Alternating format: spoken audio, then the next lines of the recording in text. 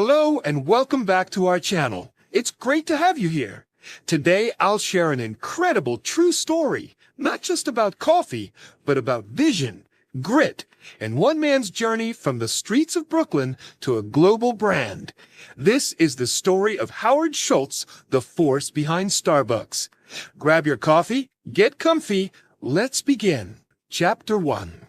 A Poor Boy in Brooklyn. Howard Schultz was born in 1953 in the Canarsie Bayview Houses, a public housing project in Brooklyn, New York. These buildings were made for families who did not have much money. Howard's family was one of them. His father, Fred Schultz, worked many low-paying jobs as a truck driver, a diaper delivery man, and sometimes even as a laborer. His mother, Elaine, stayed at home and took care of Howard and his siblings. Life in the Bayview housing projects was tough. The walls were thin, the elevators often broke, and crime was not far away. Howard learned early that money brought security, and without it, every day was uncertain. The neighbors were mostly working class, and everyone struggled in their own way. Howard remembered one day clearly. When he was 7 years old, his father came home in pain. He had fallen while delivering and broke his leg. Because he had no health insurance or workers' rights, he lost his job. There was no money and no help. The family struggled to pay for food and rent. Howard never forgot the sadness in his father's eyes. He saw his father sitting on the couch, leg in a cast, holding his head with shame. Howard would often sit on the rooftop and look at the city. He dreamed of a different life, a life where he could help his family and escape poverty. He felt like an outsider when he saw richer kids with new clothes or going to vacations. But that feeling gave him strength. He promised himself, "One day I will make a better life." Even at a young age, he began to develop a sense of ambition. He started selling newspapers at age 12, then worked at a local cafe, and even cleaned in offices. He was not afraid of hard work. He believed that effort could lead to opportunity. Chapter 2. Finding a Way Out. Howard used sports as an escape. He was strong and fast, and football became his passion. It was more than a game. It was a path. At Canarsie High School, he played well enough to get a football scholarship. This allowed him to attend Northern Michigan University, far from home and very different from Brooklyn. In college, Howard studied communications. He was not the best student, but he was hard-working. To support himself, he worked as a bartender and sometimes sold his blood to earn extra money. He also worked in the campus cafe and as a waiter in local diners. Each dollar he earned meant one less worry for his family back home. He felt pressure. He was the first in his family to go to college, and he didn't want to fail. He missed his mother's cooking and the noisy Brooklyn streets. But he also loved the quiet forests of Michigan and the chance to learn something new every day. After graduating in 1975, he took a job with Xerox. It was a good company, and he learned how to sell. He wore a suit for the first time and practiced speaking with confidence. Xerox trained him in business, taught him discipline, and showed him how to talk to clients. He was good at it, but he wanted more. Later, he worked for a Swedish company called Hammerplast, which sold kitchen equipment. That job would change his life. Chapter 3. Meeting Starbucks. While working for Hammerplast, Howard noticed that a small coffee company in Seattle was buying many coffee machines. Curious, he flew there in 1981 to visit the business. It was called Starbucks. Starbucks was not like the company we know today. It didn't sell coffee drinks. Instead, it sold high-quality coffee beans and equipment. It had only a few stores, but Howard saw something special. The people there loved coffee. They talked about it with passion. The owners, Jerry Baldwin, Zev Siegel, and Gordon Boker, were inspired by European coffee traditions. Howard liked the idea so much that he joined the company in 1982 as director of marketing. He moved to Seattle with big dreams. He was 29 years old, full of ideas and energy. He wanted to turn this small company into something much bigger. Chapter 4. A trip that changed everything. In 1983, Howard took a business trip to Milan, Italy. There, he saw something that amazed him: espresso bars on every street. People didn't just drink coffee. They gathered, talked, laughed. The baristas knew their names. Coffee was a social experience. Howard fell in love with this culture. He thought, why not bring this to America? Why can't coffee be more than a drink? He came back to Seattle with a new vision for Starbucks. He walked into the Starbucks office, full of excitement. He told the founders about the Italian experience, about the smell of espresso, the marble counters, the feeling of community. But the founders did not agree with his idea.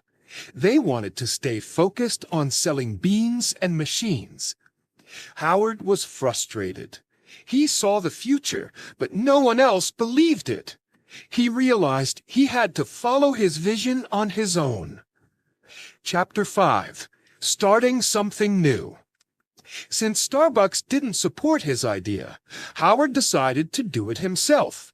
He left the company in 1985 and started his own cafe. He called it Il Giornale, which means the newspaper in Italian. He raised money from over 200 people, including friends and local investors. It was not easy. Many people said no, but he kept trying. He believed in his idea. He gave speeches, showed slides of Italian cafes, and described a place where people could relax with good coffee. Il Giornale opened in Seattle and quickly became popular. The shop served espresso and had a friendly, welcoming atmosphere. Music played in the background. Customers stayed, talked, and enjoyed their time. It was a new kind of coffee experience in America. People felt like they belonged. Chapter 6. Buying Starbucks. In 1987, the founders of Starbucks decided to sell the company.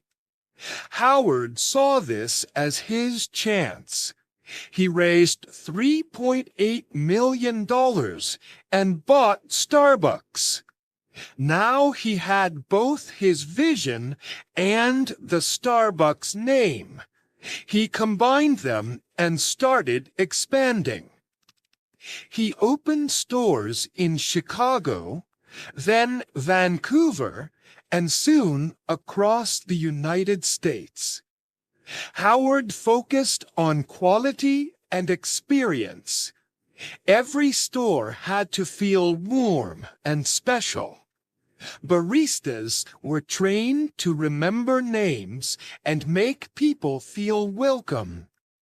The stores had a specific smell, color, and music, designed to make people feel at home.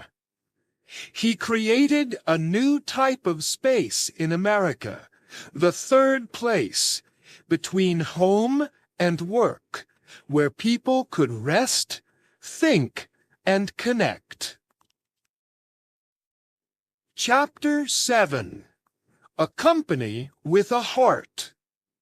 Howard remembered his father's pain. He didn't want his workers to suffer like that. So he gave his employees benefits, even part-time workers. They got health care, stock options, and training. People said he was crazy. Too expensive, they warned.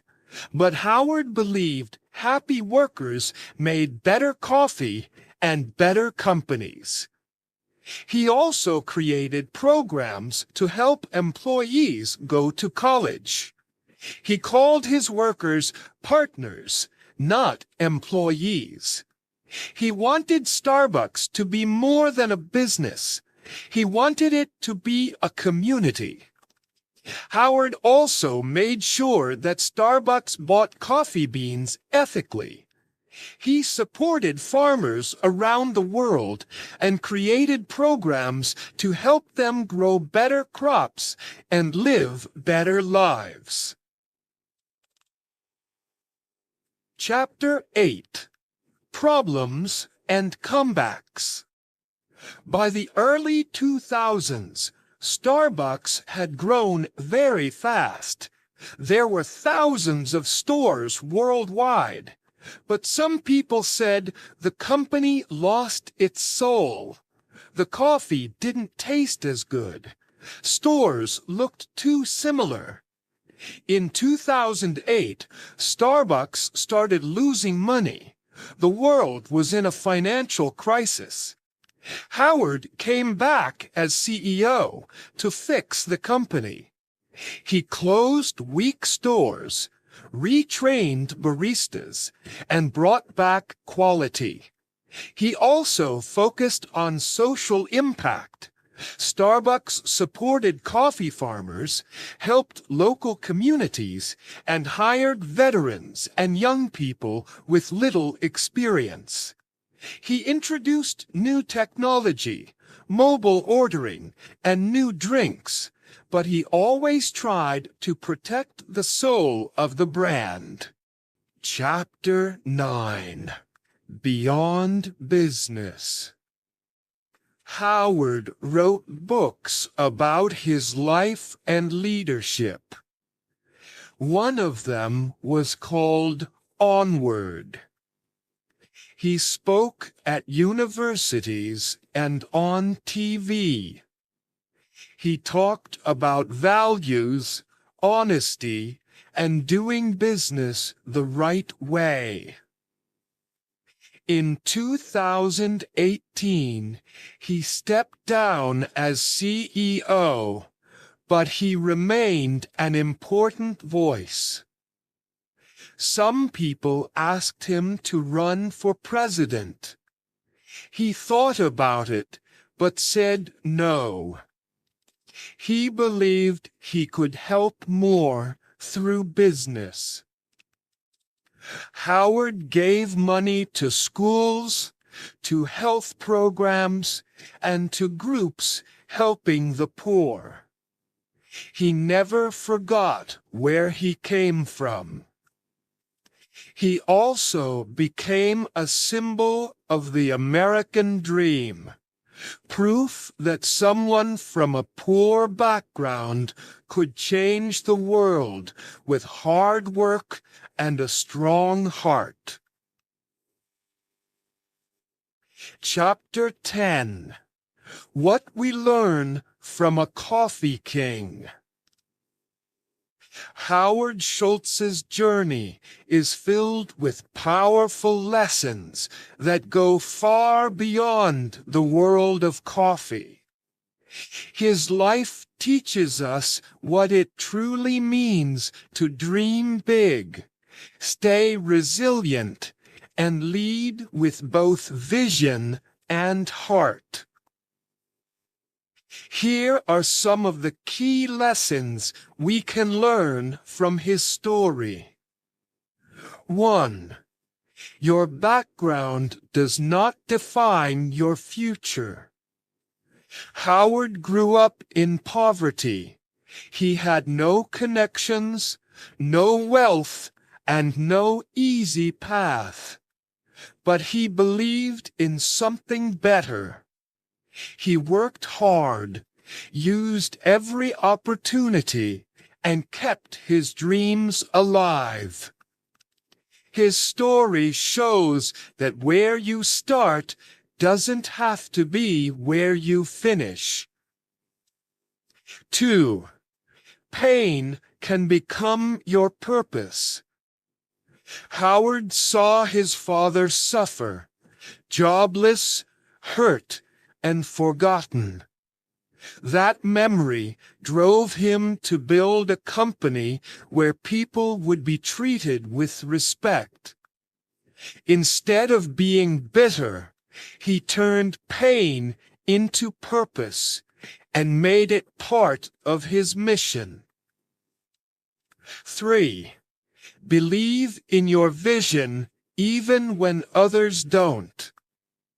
Many people told Howard that espresso bars would never work in America. Even his own bosses at Starbucks rejected the idea. But he trusted his instincts and built his own path. If you believe deeply in something, don't let doubt stop you. 4. Treat people with dignity. One of the biggest reasons for Starbucks' success was how Howard treated employees. He called them partners, offered benefits, and cared about their futures. He proved that business can be both profitable and kind. 5. Failure is not the end. When Starbucks started losing money, Howard didn't walk away. He returned, made tough decisions, and rebuilt the company. Failure is part of the journey, and what matters is how you respond. 6. Business can be a force for good. Howard used Starbucks to support farmers, invest in education, and bring people together. He believed that companies should serve communities, not just shareholders. Thanks for watching. Take action today, not tomorrow. Press subscribe. And let's keep learning together. You're doing great. See you in the next one. Stay strong.